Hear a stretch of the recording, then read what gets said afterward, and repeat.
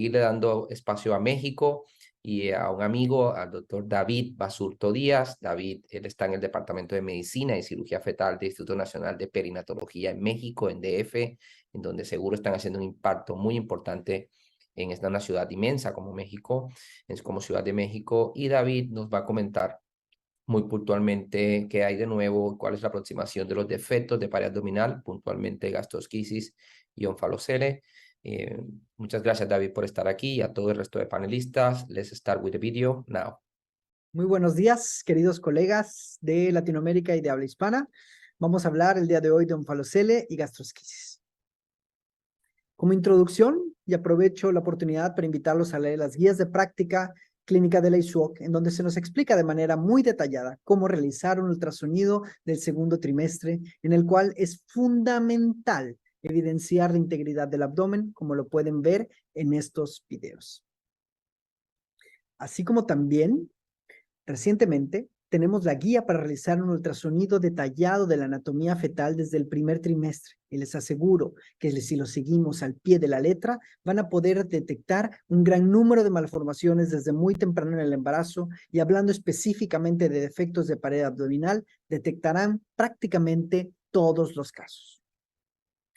Durante la 8ª semana, de acuerdo a la fecha de última regla, la cavidad abdominal se vuelve demasiado pequeña para la cantidad de contenido abdominal que tiene el feto, por lo que existe una protrusión del intestino.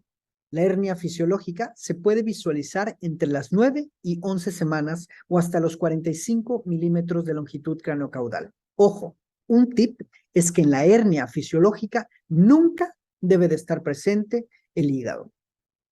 Después de la semana 12, ya no se debe de visualizar la hernia fisiológica, por lo que, como comentamos anteriormente, es de suma importancia documentar la integridad de la pared abdominal desde el ultrasonido anatómico del primer trimestre. Un onfalocele es un defecto de pared abdominal en la línea media, en la base del cordón umbilical. El defecto está cubierto siempre por un saco. Los vasos del cordón umbilical se insertan en el vértice del saco, como pueden ver en la imagen de abajo, que normalmente el saco contiene contenido abdominal y muy frecuentemente la presencia del hígado. El onfalocele es más común en hijos de madres en los extremos de la vida, es decir, aquellas madres muy jóvenes, menores de 20 años de edad, y aquellas madres mayores a 40 años. A estas edades existe el doble de riesgo en comparación con la población general.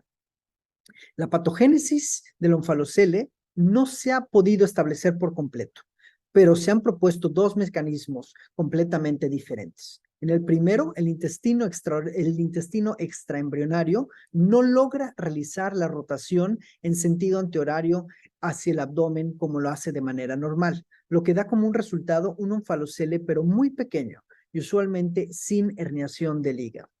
Y en el segundo mecanismo, hay una falta del cierre normal de los pliegues laterales derecho e izquierdo en los primeros días de la embriogénesis que crea un defecto grande en la pared abdominal, en el cual el contenido de la cavidad se protruye y en estos casos casi siempre se ve involucrado el hígado. Por lo tanto, clasificamos a los onfaloceles con o sin hígado herniado, los cuales tienen son entidades completamente diferentes y suelen tener un comportamiento y repercusiones distintas. La característica principal del onfalocele por ultrasonido es que los vasos umbilicales emergen del vértice del saco herniario que puede o no tener el hígado herniado.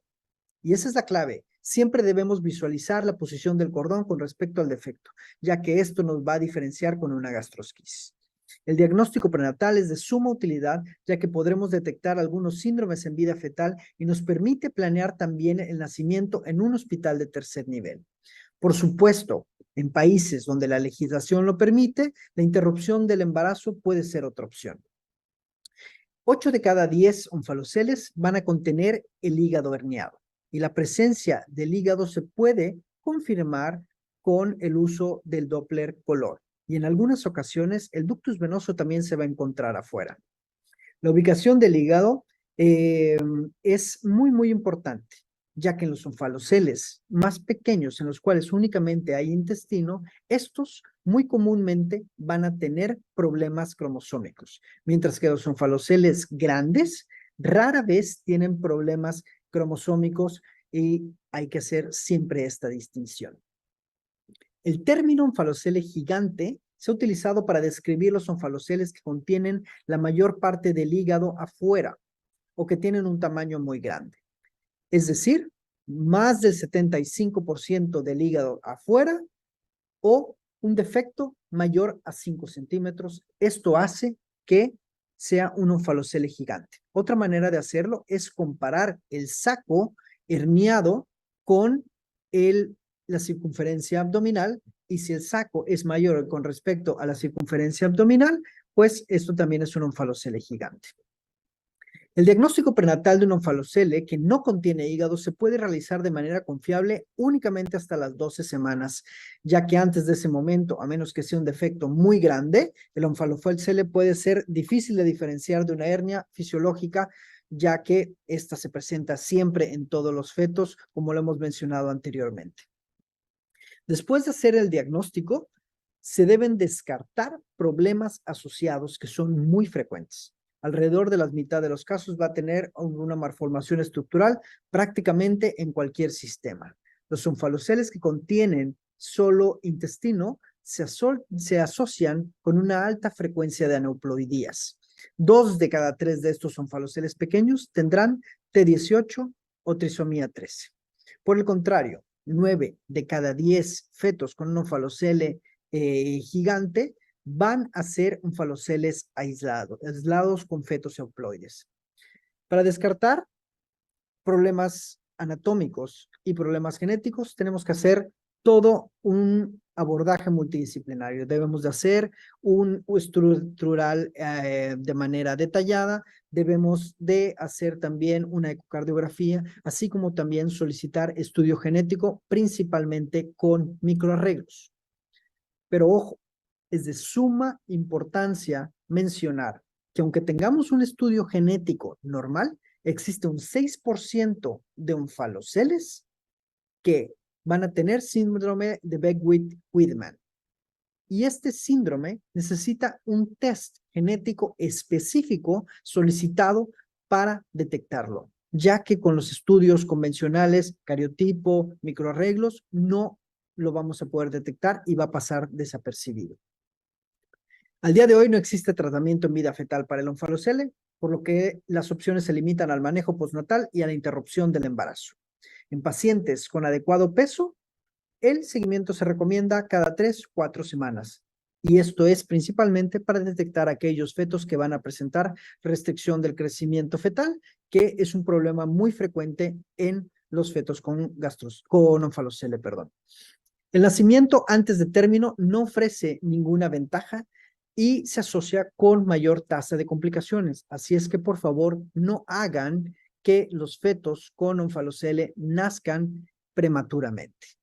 Y no existe evidencia sólida de que la cesárea sea mejor que el parto. Así es que cualquier vía en onfaloceles pequeños principalmente puede ser una opción. Sin embargo, en aquellos onfaloceles gigantes, es decir, los que tienen más del 75% del hígado afuera o que tienen un defecto mayor a 5 centímetros, la cesárea es recomendada para evitar complicaciones. La supervivencia global reportada es de 8 de cada 10 fetos y el curso postnatal es muy difícil de predecir en vida fetal. Hay algunos neonatos que van a recibir una reparación primaria y van a tener un curso sin complicaciones, y van a haber otros fetos en los cuales la reparación primaria es difícil y van a requerir un proceso largo con múltiples procedimientos reconstructivos. Ahora vamos a pasar a una entidad completamente diferente, la gastrosquisis. Es otro defecto de pared abdominal muy común y voy a tratar de convencerlos de por qué pensamos que esta puede ser la nueva indicación de cirugía fetal, principalmente para aquellos casos de gastrosquisis compleja. Los invito a leer este paper que publicamos en la revista Ultrasound, donde hablamos a detalle de este tema. La gastrosquisis se presenta en 4 de cada 10,000 nacidos vivos y la prevalencia va en aumento en los últimos años. Se estima que ha habido un incremento de hasta 30% en países como los Estados Unidos, pero esto se presenta prácticamente en la gran mayoría de los países. Así es que estamos viviendo una epidemia de gastrosquisis con un incremento bastante significativo. Existen dos fenotipos de gastrosquisis con un resultado completamente diferente. Quiero resaltar el hecho de que la gastrosquisis no es considerada una patología con una alta mortalidad, por lo menos en centros y en países donde existe un manejo postnatal estandarizado y hay recursos adecuados. Vamos a diferenciar a la gastrosquisis en gastrosquisis simple y gastrosquisis compleja. Y me gustaría que se familiarizaran con estos términos, simple y compleja. La simple va a tener únicamente dilatación de las asas e inflamación de las asas intestinales. Sin embargo, esta es considerada como una gastrosquisis de buen pronóstico, como pueden ver en los resultados en la parte izquierda de la tabla. Pero por el contrario, la gastrosquisis compleja abarca una serie de complicaciones en el intestino, como la presencia de estenosis, la atresia o el vólvulo intestinal. Es decir, gastrosquisis con cualquiera de estas complicaciones que mencioné es una gastrosquisis compleja. Y como pueden ver en la tabla, en el lado derecho, estas son entidades completamente diferentes y 1 de cada 3 neonatos con gastrosquisis compleja va a padecer síndrome de intestino corto, 1 de cada 5 enterocolitis necrotizante u obstrucción intestinal. Vamos a hablar ahora de la historia natural de la enfermedad. Para esto me gustaría comparar a la gastrosquisis con la espina bífida. Sí, parece ser raro, pero tienen algunas similitudes, por lo menos en el contexto de la cirugía fetal. Ambos son defectos que se caracterizan por ser defectos congénitos del cierre. No son patologías consideradas como letales, pero que sí tienen una gran morbilidad. Y ambas tienen una patofisiología que incluye 2 hits, es decir, 2 insultos o golpes. En el caso de la gastrosquisis, el primer insulto es la inflamación de las heces intestinales por la exposición al líquido amniótico. Y el segundo hit o insulto sería el provocado por la isquemia que causa el anillo de constricción en la pared abdominal que impide el adecuado flujo a través de la arteria mesentérica superior, lo cual se traduce principalmente en las complicaciones de la gastrosquisis compleja. Y tanto la espina bífida como la gastrosquisis, la cirugía postnatal consiste en el cierre del defecto y, por último, el éxito de la cirugía postnatal depende mucho del daño que haya habido en vida fetal. Y la característica principal de cualquier gastrosquisis es la presencia de asas intestinales libres en el líquido amniótico. Al hacer un seguimiento en un corte axial, vamos a ver que el defecto se encuentra siempre en el lado derecho del cordón umbilical. Y afortunadamente, la gastrosquisis es una patología fácil de detectar y no se nos puede ir ninguno en vida fetal, inclusive desde el primer trimestre, como pueden ver en el video de la derecha. ¿De qué manera vamos a diferenciar aquellos casos que tienen buen pronóstico de los que se nos pudieran complicar? El único marcador que ha demostrado tener una buena correlación es la presencia de dilatación intraabdominal por ultrasonido entre las 20 y 24 semanas para gastrosquisis compleja. La gran mayoría de las gastrosquisis no va a presentar dilatación intraabdominal, pero como pueden ver en la imagen, alrededor de 1 de cada 10 casos puede llegar a tener esta dilatación y por ende las complicaciones que ya hemos mencionado. La dilatación intraabdominal se mide en el eje corto del asa intestinal de manera in-to-in, es decir, dentro-dentro, como se hace para la medición de la translucencia local. Y una dilatación mayor o igual a 7 milímetros a la mitad del embarazo va a detectar 2 de cada 3 gastrosquisis complejas, por lo cual es un buen marcador, inclusive tiene un performance similar al ratio cabeza-pulmón observado esperado o long-to-head ratio que se utiliza para la hernia diafragmática congénita. El equipo del Texas Children's publicó recientemente este metaanálisis y aquí se menciona que si lleváramos el punto de corte un poco más estricto, un poco más arriba, es decir, a los 10 milímetros, nuestra especificidad sería excelente, lo cual indicaría que evitaríamos realizar cirugías innecesarias y prácticamente todos los fetos que se operaran con 1 centímetro de dilatación serían casos de gastrosquisis compleja. Y es aquí donde entra en acción la colaboración entre el Texas Children's Hospital con un proyecto liderado por el doctor Sandeep Keswani y Michael Belfort y nuestro centro experimental y de cirugía fetal en Lovaina, Bélgica, liderado por Jan de Prest. A mi compañero Luc Joujot, quien actualmente se encuentra trabajando en el equipo de cirugía pediátrica y de cirugía fetal del Texas Children's, y a mí, se nos pidió que proporcionáramos la evidencia para convencer a la FDA que esta cirugía pudiera ser una realidad. Y aquí les vamos a presentar algunas cosas de lo que hicimos en este proyecto. Y el primer paso fue implementar el modelo experimental en el laboratorio, un modelo con ovejas para gastrosquisis compleja, para posteriormente usar este modelo para demostrar la seguridad y la eficacia de la cirugía, así como también poder entrenar para realizar esta cirugía de manera fetoscópica, que sea segura, pero también eficaz. Y este es el modelo animal para gastrosquisis compleja. Aquí pueden ver que se crea el defecto alrededor de la mitad del embarazo en las ovejas. Se hace un defecto lateral con una incisión de aproximadamente 1 centímetro.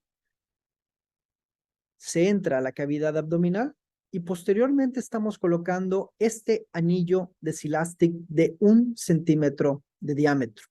Este tiene una función fundamental para el desarrollo de la gastrosquisis compleja. El feto va a crecer, las asas intestinales que se encuentran expuestas se van a dilatar y el anillo, como permanece del mismo tamaño, va a comprimir las asas intestinales, va a impedir el adecuado flujo sanguíneo por la arteria mesentérica superior y va a causar las complicaciones de la gastrosquisis compleja. Y así se ve por ultrasonido la gastrosquisis creada en este modelo animal. Eso es un ultrasonido en ovejas. Y aquí era de suma importancia poder evaluar de manera detallada el ductus venoso para poder evitar complicaciones en una potencial cirugía como fueran el síndrome compartimental o un kinking del ductus venoso. Y así es como se ve el ductus venoso un día después de una cirugía fetal en estas ovejas. Y como pueden ver, el ductus venoso se encuentra perfectamente normal. Y en estos videos les muestro cómo se ve una gastrosquisis compleja sin reparación y cómo se ve una oveja en los primeros minutos de vida en las cuales se realizó cirugía fetal. Como pueden ver, la oveja se encuentra completamente reactiva y estábamos muy emocionados al tener estos resultados. Y es así como se llega al primer estudio clínico y me siento orgulloso de presentarles este proyecto en nombre de todo el equipo del Texas Children's Hospital. Este es el primer estudio clínico para gastrosquisis fetal. Este estudio se encuentra aprobado por las agencias federales y locales y se planea en esta primera fase incluir 10 pacientes con gastrosquisis compleja para reparación fetoscópica de una manera similar a lo que realizan en dicho centro para espina bífida. Los criterios a detalle los pueden encontrar en la página web de clinicaltrials.gov, pero de manera breve, son pacientes mayores a 18 años con un embarazo único y una dilatación intraabdominal fetal igual o mayor a 10 milímetros entre las 20 y 24 semanas. No deben haber otras malformaciones asociadas y el estudio genético debe ser normal. La cirugía se realiza siempre en Houston entre las 20 y 26 semanas y el resultado primario de este estudio es establecer la seguridad y la factibilidad de la cirugía fetoscópica.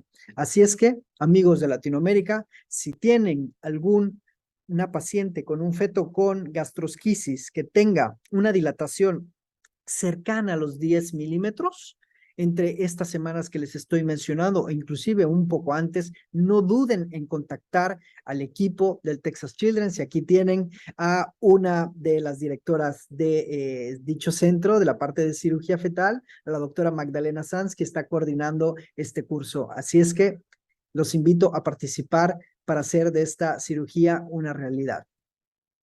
Muchas gracias. Un fuerte abrazo desde México. Si tienen alguna pregunta, con todo gusto estoy dispuesto a responderlas. Aquí tienen mi número de WhatsApp, mis redes sociales y mi correo electrónico. Un abrazo.